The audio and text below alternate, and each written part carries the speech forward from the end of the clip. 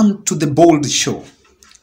Over time, I have always maintained that there is no bad blood between Susan Kihika and Farouk Kibet. But I think the latest developments are pointer that there was a fallout between Susan Kihika and Deputy President William Samoei Ruto. Susan Kihika is one of the founder members of UDA party, and she's vying for governor in Kirinyaga, in Nakuru, pitting her against Ngunjiri, who is the incumbent governor. And while Nakuru camp has been giving William Ruto sleepless nights, it seems that Ruto gave up and did not solve these stalements.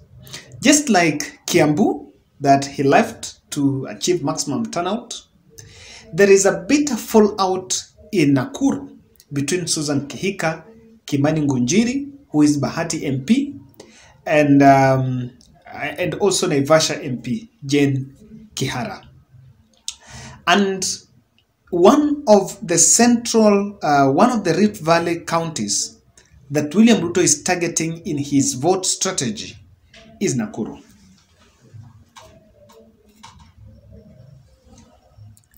Nakuru is home to a population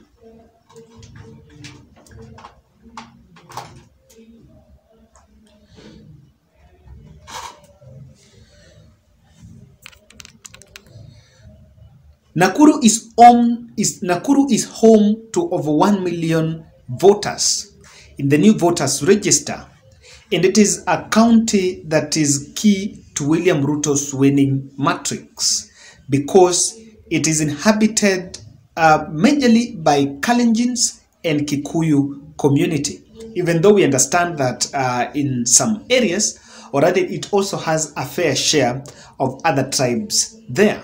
So in part of William Ruto's strategy to galvanize support, the Rift Valley, or rather the Kalenjin and Kikuyu support, Nakuru is at the center of that.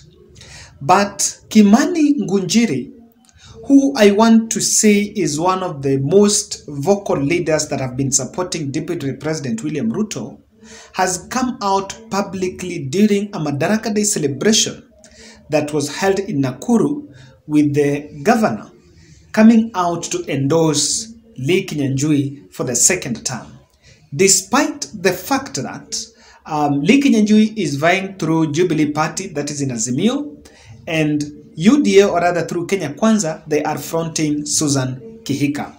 The same day he was endorsing Ngunjiri is the same day he was supporting, or rather defending Deputy President from the harassment that, or rather from what he termed as humiliation by President Uhuru Kenyatta in the Madaraka Day event back in Nairobi.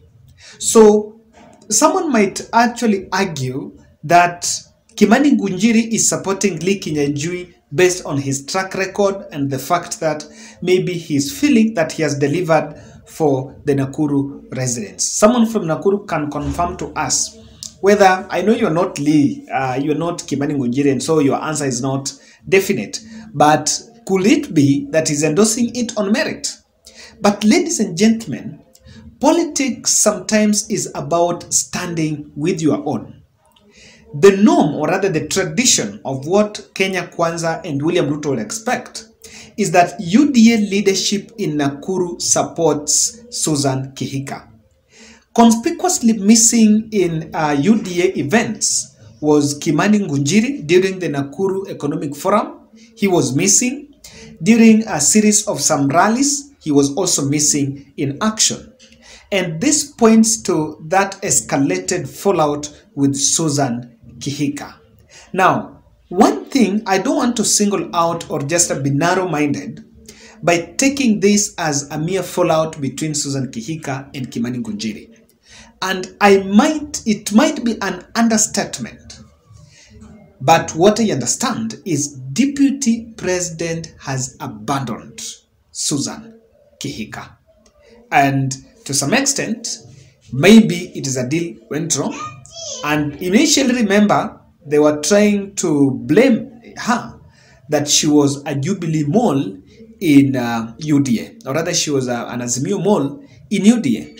So let's look at that. But ladies and gentlemen, before we look at what's playing out in Nakuru politics, I want to humbly request you to subscribe to our channel. One of the things that is playing out in Nakuru politics is the Gema vote plan. And I started by saying this.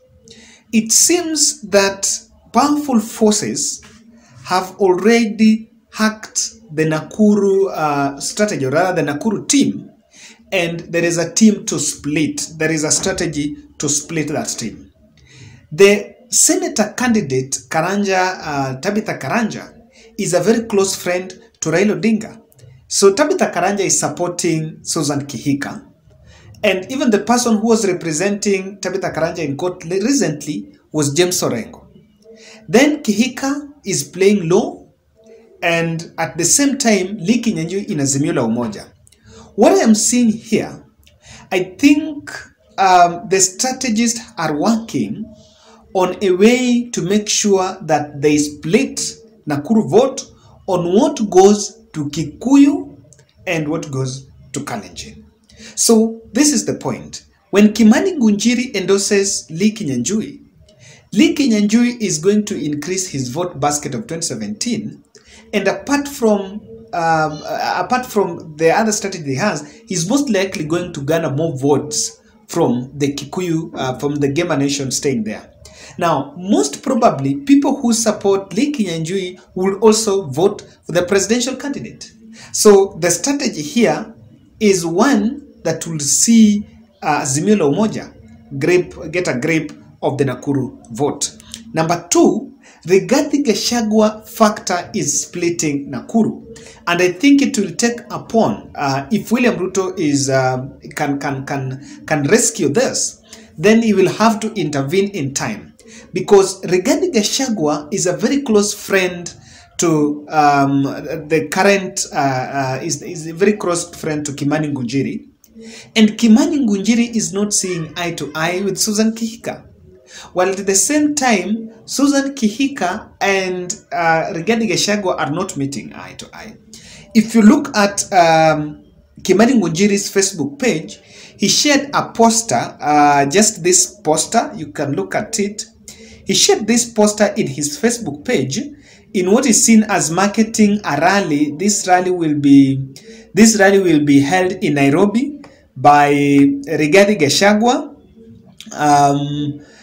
Deuri is actually my member of parliament where I am, because I'm currently in Umoja with Deuri, and it seems they are going to hold a rally in Nairobi. So what was happening here is Kimani Ngunjiri was trying to market that.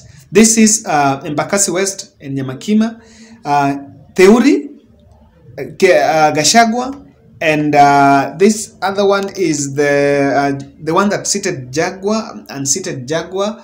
I've forgotten the name. Then what you can actually see is that the Starehe, yes, the Starehe aspirant. What you can actually see is there is a split in terms of who Rigathi Gachagua is supporting. And I think, and I had mentioned that even before this, the differences were playing out strictly on what exactly is happening.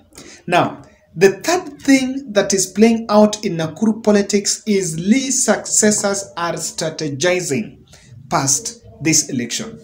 Now, if someone wants to be a governor in Nakuru in 2027, that person who wants to be a governor most likely would want Lee Kinyanjui to serve the second term, so that in 2027 there will be a succession without the power of incumbency.